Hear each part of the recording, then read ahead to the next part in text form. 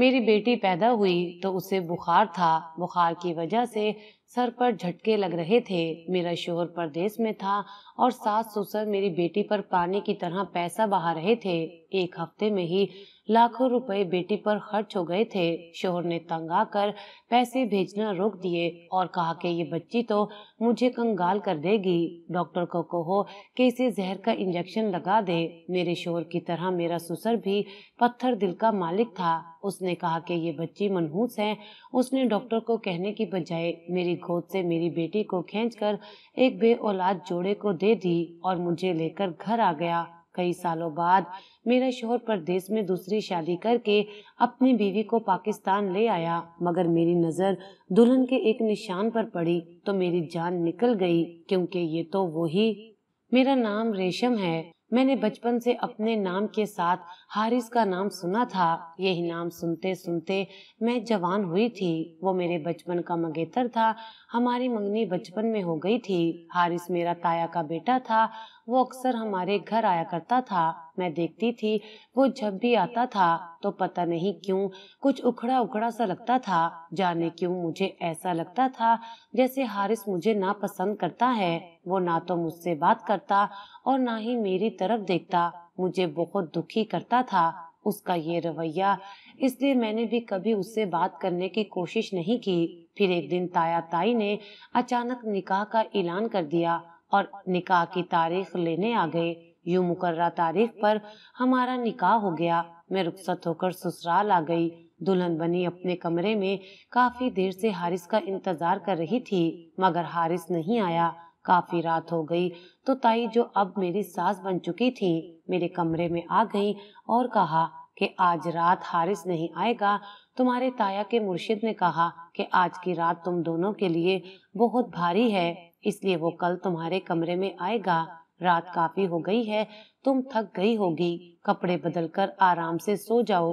ये कहकर वो कमरे से चली गई। मैं हैरान होती हुई उठी और अलमारी से सादा जोड़ा निकाल कर कपड़े बदल कर सो गई। मेरे ताया बहुत तोहमत परस्त थे। वो हर बात में तोहमत परस्ती करते थे और मुर्शिद से इजाजत लेकर अपना हर काम करते थे। हर बात में उनको अजीब अजीब से वहम होते रहते थे। खैर, दूसरे दिन हारिस मेरे कमरे में आए तो मैं बहुत खुश हुई, क्योंकि मुझे जो डर था कि शायद मैं अपने शोहर को पसंद नहीं, तो वो खौफ दूर हो गया था। हारिस मेरा ख्याल रखते थे, मगर हारिस बहुत संजीदा रहते थे। यूं लगता जैसे वो किसी परेशानी में हैं, क्योंकि हारिस बिल्कुल भी वैसे शोहर नहीं थे जो शादी के शुरू के दिनों में अपनी नई नवेली दुल्हन के नखरे उठाते थे। उनमें वैसी कोई बात नहीं थी। हमारे दरमियान एक झिझक सी थी और वो झिझक खत्म नहीं हो रही थी। वो 2 माह बाद हारिस की दुबई में नौकरी लग गई। मैं और सब लोग बहुत खुश थे। मैं खुशी से दुबई जाने की तैयारियां करने लगी। मुझे यकीन था मेरे और हारिस के दरमियान जो फासले हैं, दुबई जाकर वो खत्म हो जाएंगे। शायद यहाँ घर वालों की वजह से हारिस मुझसे खुलकर बात नहीं करते थे। दुबई जाने से एक दिन पहले हारिस ने घर वालों से कहा कि मैंने रात को अपनी बीवी रेशम के बारे में बहुत बुरा ख्वाब देखा है। ये सुनकर ताया बहुत परेशान हो गए और कहा, मैं रेशम को तुम्हारे साथ दुबई नहीं जाने दूंगा, बल्कि उसे इस घर से बाहर नहीं निकलने दूंगा। 40 दिन तक घर में मुर्शिद से पढ़ाई करवाऊंगा। ताया, जो बहुत वहमी थे, ख्वाब सुनकर ये अपना हुक्मनामा जारी कर चुके थे और मैं, जो हारिस के संग दुबई जाने के ख्वाब देख रही थी, वो सारे ख्वाब आंख खुलने से पहले ही टूट चुके थे। मैंने हारिस से कहा, आप ताया से बात करें और मुझे अपने साथ दुबई लेकर जाएं, मगर हारिस ने कहा, अब्बा नहीं मानेंगे, उनका फैसला पत्थर पर लकीर की तरह है। मैं उनसे बात नहीं करता। तुम जानती तो हो वो कितने वहमी हैं। हारिस की बातें सुनकर मैं बहुत मायूस हो गई थी। खामोशी से अपना सामान बैग से निकालकर वापस अलमारी में रख दिया। दूसरे दिन हारिस दुबई चले गए। फिर मेरे यूं ही उदास दिन गुजर रहे थे। हारिस का फोन आया, मगर वो सिर्फ अपनी माँ से ही बात करता, कभी मुझसे बात नहीं करता था। मैं भी बहुत उदास रहने लगी थी कि अचानक मेरी जिंदगी में बहार आ गई। कुछ दिनों बाद मुझे पता चला कि मैं माँ बनने वाली हूँ। मैं ये खुशखबरी सुनकर बहुत खुश हुई, मगर ये खबर सुनकर हारिस ने मुझसे बात करना भी गवारा ना की। मैं जानना चाहती थी कि उनको बच्चे की खबर सुनकर कैसा लगा होगा।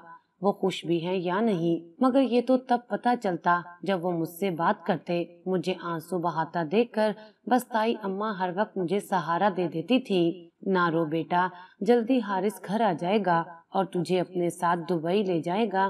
کبھی دل میں شدید خواہش جاگتی کہ کاش میرے پاس کوئی فون ہوتا تو میں بھی اپنے شوہر کے ساتھ باتیں کرتی، ہمارے ساتھ والی رضیہ کی طرح۔ اس کا شوہر پردیس میں تھا، وہ اپنے شوہر کے ساتھ لمبی لمبی باتیں کرتی۔ ہمارے گاؤں میں کسی بھی لڑکی کو فون رکھنے کی اجازت نہیں تھی، اور اگر کسی کے پاس ہوتا تو اسے معیوب سمجھا جاتا تھا۔ مجھے ایسی حالت میں ہر وقت حارث کی کمی محسوس ہوتی تھی، مگر نہ حارث آیا اور نہ اس کا فون آیا۔ جیسے تیسے کر کے میں نے وہ مشکل وقت حارث کے بغیر گزارا۔ 9 ماہ بعد میری بیٹی پیدا ہوئی تو میں بہت خوش تھی، سب گھر والے بھی خوش تھے۔ اگلے دن جب میں ہاسپٹل سے گھر آ گئی، گھر میں خوشیاں منائی جا رہی تھی۔ میرے سسر خوشی میں اپنی پوتی کو گود میں اٹھائے، تمام گاؤں میں مٹھائی بانٹ رہے تھے کہ اسی دن اچانک میری بیٹی کو بخار ہو گیا۔ بخار اس قدر شدید ہوا کہ اسے جھٹکے لگنا شروع ہو گئے۔ میرے سسر نے میری بیٹی کو ایک پرائیویٹ ہسپتال میں داخل کروا دیا۔ میری بیٹی کا مہنگے سے مہنگا علاج کیا جا رہا تھا۔ دن رات اسی طرح ہسپتال میں گزرتے رہے اور ایک ہفتہ گزر گیا، مگر میری بیٹی ٹھیک ہونے کا نام نہیں لے رہی تھی۔ اس ایک ہفتے میں میری بیٹی پر لاکھوں روپے خرچ ہو چکے تھے۔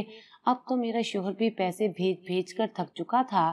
اس نے کہہ دیا کہ اس سے پہلے یہ بچی مجھے کنگال کر دے، آپ اس بچی کو خود ہی مار دیں۔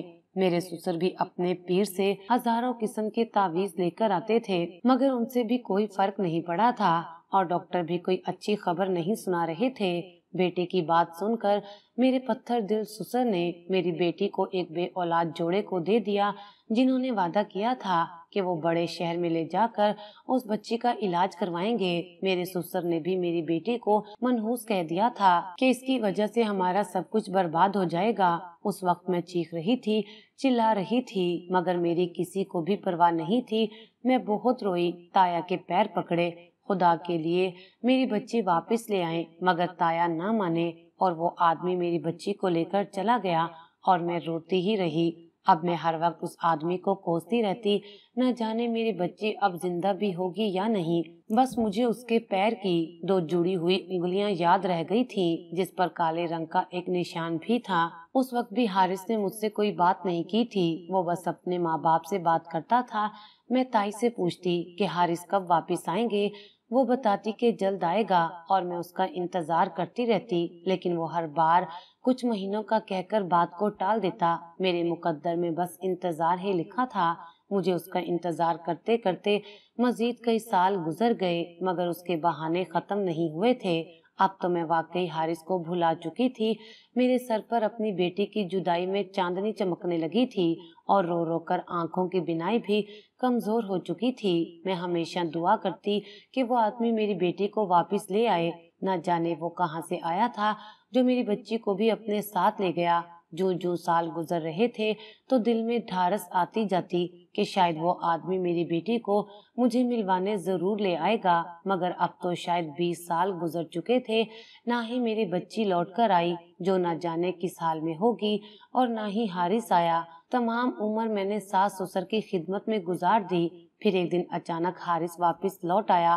اس کو دیکھ کر مجھے تو یقین ہی نہیں آ رہا تھا۔ میں اس وقت بہت خوش ہوئی، کیونکہ میں نے جو وقت اپنی بیٹی کی جدائی میں گزارا تھا، جو آنسو تنہا بہائے تھے، وہ میں حارث کے دامن میں گرانا چاہتی تھی۔ میں اس کا گریبان پکڑ کر اپنے ساتھ ہونے والی ناانصافی کا حساب لینا چاہتی تھی، مگر یہ دیکھ کر مجھے شدید دھچکا لگا کہ وہ اکیلا نہیں تھا۔ اس کے ساتھ ایک گوری میم تھی، جو دلہن بنی ہوئی کسی ہیروئن سے کم نہیں لگ رہی تھی۔ اس وقت مجھے اپنا آپ بہت ہی کم تر لگا تھا۔ کہاں میں گاؤں کی لڑکی اور کہاں وہ چمکتی رنگت والی۔ کیا حارث نے دوسری شادی کر لی؟ یہ سوچ آتے ہی میرا دل بند ہونے لگا تھا۔ میں نے اپنے گرتے آنسو صاف کیے اور سر سے پیر تک اس کی دلہن کا جائزہ لینے لگی کہ اچانک میری نظر اس کے پاؤں پر پڑی اور میری آنکھوں کے سامنے اندھیرا چھانے لگا۔ یہ تو وہی نشان تھا، اس کی 2 جڑی ہوئی انگلیوں پر کالا نشان تھا، جیسے میری بیٹی کے پیر پر تھا۔ بس یہی ایک نشان تو مجھے یاد تھا، یہ میری ہی بیٹی تھی، میں نے اس کو پہچان لیا تھا۔ کیا حارث نے بیٹی سے شادی کر لی؟ یہ سوچ آتے ہی میرا دماغ پھٹنے لگا۔ मुझे अपना सांस रुकता हुआ महसूस हुआ। मेरे खुदा, मैं ये क्या देख रही हूँ? मैं ये सब बर्दाश्त ना कर सकी और अगले ही लम्हे जमीन पर गिरकर बेहोश हो गई। हारिस मुझे उसी वक्त अस्पताल ले गया, जहाँ इलाज के कुछ घंटों के बाद मैं होश में आई। तब मैं जोर जोर से चिल्लाने लगी, ये मैं कहाँ हूँ? मैंने अपने इतराफ का जायजा लिया तो वहाँ हारिस खड़ा था। उसे देखकर मुझे सब कुछ याद आ गया। मैं गुस्से से चीखते हुए बोली, बस यही देखने को रह गया था। हारिस, वो दुल्हन तो तुम्हारी बेटी है। हारिस ने मुझे चुप करवाते हुए कहा, तुम घर चलो, सबर के साथ मैं तुम्हें अपनी सारी दास्तान सुनाता हूँ। मैं दिल में कुढ़ती रही कि अब क्या रह गया है सुनने को। या इलाही, ये सब देखने से पहले मैं मर क्यों न गई। मैंने रोते हुए सोचा। घर पहुंचकर हारिस ने मुझे कहा कि मैं आज तुम्हें अपनी कहानी सुनाता हूँ। बचपन से अब्बा ने तोहमत परस्ती की वजह से मेरा जीना हराम किया हुआ था। वो बहुत ज्यादा वहमी थे। कभी कहते आज पीले रंग का सूट पहनना, वो तुम्हारे लिए मुवाफिक रहेगा। कभी कहते इस हफ्ते लाल रंग का कुर्ता मत पहनना। कभी कहते फलां दोस्त तुम्हारे लिए अच्छा नहीं है, उसे छोड़ दो। कभी कहते आज तुम्हारा स्कूल जाना मुनासिब नहीं है, घर पर रहो। मैं तंग आ गया था इन सब बातों से और उनकी तोहमत परस्ती की आदत से। बचपन से उन्होंने मेरी और तुम्हारी मंगनी की हुई थी। मैं जैसे जैसे बड़ा होता गया, मुझे इस रिश्ते से बेजारी होती गई। मैं तुमसे तो क्या, अब्बा के खानदान की किसी भी लड़की से शादी नहीं करना चाहता था। मैंने तालीम मुकम्मल कर ली तो दुबई में नौकरी के लिए कोशिश करने लगा। मैं यहाँ नहीं रहना चाहता था, यहाँ से भागना चाहता था। मैंने दुबई काफी जगहों पर काम करने के लिए अप्लाई किया था और खुशकिस्मती से मुझे एक जगह नौकरी मिल गई थी और 2 महीने बाद नौकरी ज्वाइन करना थी। मैंने घर में ये बात बताई तो फौरन अब्बा ने मेरी शादी का शोशा छोड़ दिया। मैंने बहुत मिन्नतें की कि मैं अभी नौकरी के लिए जा रहा हूँ, अभी शादी नहीं कर सकता, मगर उन्होंने मेरी एक नहीं सुनी और शादी की तारीख तय कर दी। मजबूरन मुझे तुमसे शादी करनी पड़ी। शादी के बाद मैं अपनी कागजी कार्रवाई में लग गया। मैं तुम्हें अपने साथ लेकर नहीं जाना चाहता था, इसलिए जाने से एक दिन पहले मैंने झूठे ख्वाब की दास्तान अब्बा को सुना दी। मैं जानता था कि अब्बा ऐसी बातों पर यकीन रखते हैं। सब बातें सुनकर तुम्हें मेरे साथ दुबई नहीं जाने देंगे और यही हुआ था। उन्होंने तुम्हें गांव में रोक लिया और मैं दुबई चला गया। लेकिन मैं दुबई अकेला नहीं गया था। हमारी शादी से कुछ साल पहले मैं शहर की यूनिवर्सिटी में पढ़ने गया था। वहाँ मेरी मुलाकात फायजा से हुई। मुझे उससे मोहब्बत हो गई। पढ़ाई मुकम्मल होते ही मैंने फायजा से निकाह कर लिया था। मैं जानता था घर वाले मेरी शादी तुमसे करवाना चाहते थे, मगर मैं शादी अपनी मर्जी से खानदान से बाहर करना चाहता था। मैंने घर में किसी को अपनी खुफिया शादी के बारे में नहीं बताया था। फिर अचानक मेरी शादी तुम्हारे साथ करवा दी गई।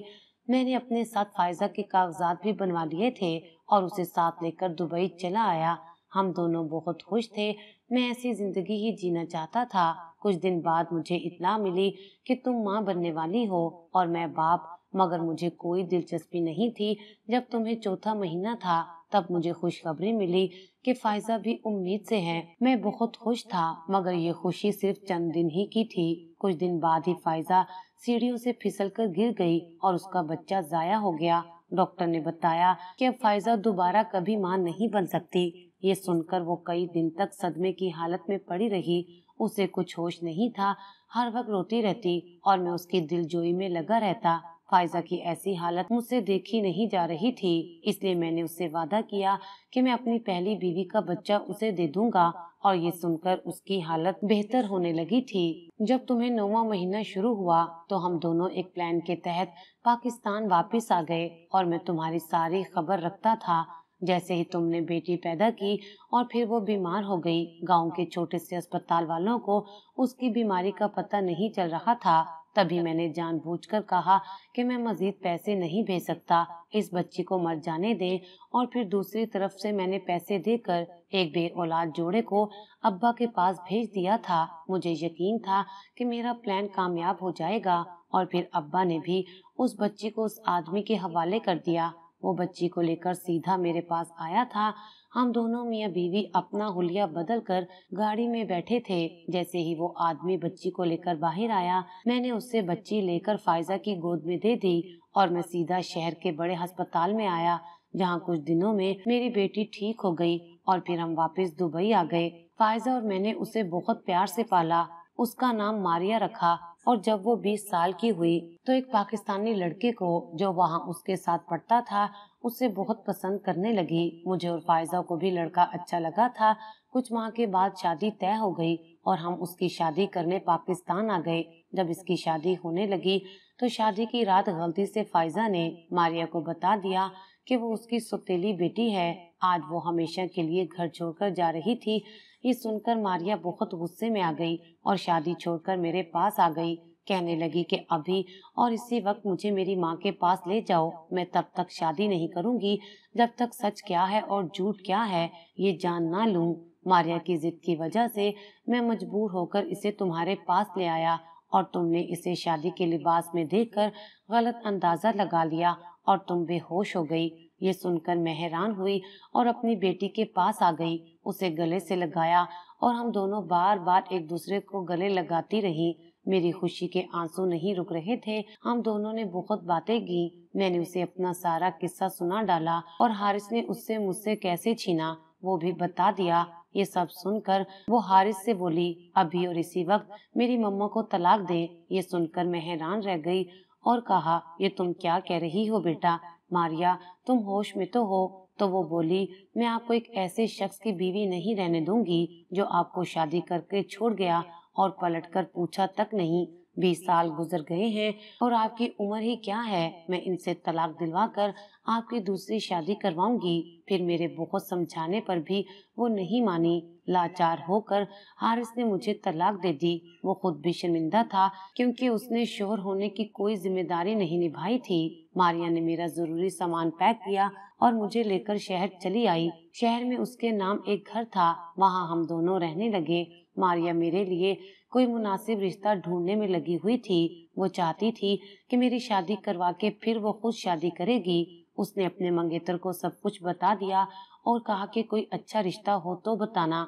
मेरी माँ के लिए इस बेचारी ने अपनी जिंदगी में बहुत दुख देखे हैं। उसके मंगेतर फहद ने कुछ सोचकर कहा कि तुम मेरे बाबा से इनकी शादी क्यों नहीं करवाती। तब मारिया ये सुनकर हैरान हुई तो फहद ने बताया कि मेरे बाबा ने 2 शादियां की थी। मैं उनकी सौतेली औलाद हूँ। अब उनकी दोनों बीवियां फौत हो चुकी हैं। मतलब ये कि हम दोनों का और इन दोनों का निकाह हो सकता है। ये सुनकर मारिया ने उसे कहा कि तुम अपने पापा से बात करो, अगर वो मान जाएंगे तो बहुत अच्छा होगा। फहद ने मारिया से वादा किया कि वो अपने पापा को मना लेगा और ऐसा ही हुआ।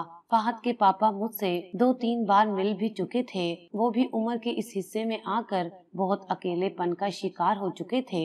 उन्होंने अपनी रजामंदी दे दी थी और कुछ दिनों के बाद चंद लोगों की मौजूदगी में मेरा निकाह फहद के पापा से हो गया। वो बहुत हैंडसम होने के साथ साथ मोहब्बत करने वाले अच्छे और सच्चे इंसान थे। मेरा बहुत ख्याल रखते थे। हम दोनों मिलकर फहद और मारिया की शादी की तैयारियां करने लगे। 1 महीने के बाद धूमधाम से फहद और मारिया की शादी हो गई। शादी में हारिस और फायजा ने भी शिरकत की थी। दुल्हन बनकर मारिया कहीं और नहीं गई थी, बल्कि वो मेरे ही घर में आ गई थी। मैं बहुत खुश थी। अपनी पिछली शादीशुदा अजियत भरी जिंदगी और बच्चे के छिन जाने के दुख को भुलाकर मैं जिंदगी में आगे बढ़ गई थी। मारिया ठीक कहती थी कि जिंदगी की खुशियों पर मेरा भी हक है और आज हम सब हंसी खुशी रह रहे हैं।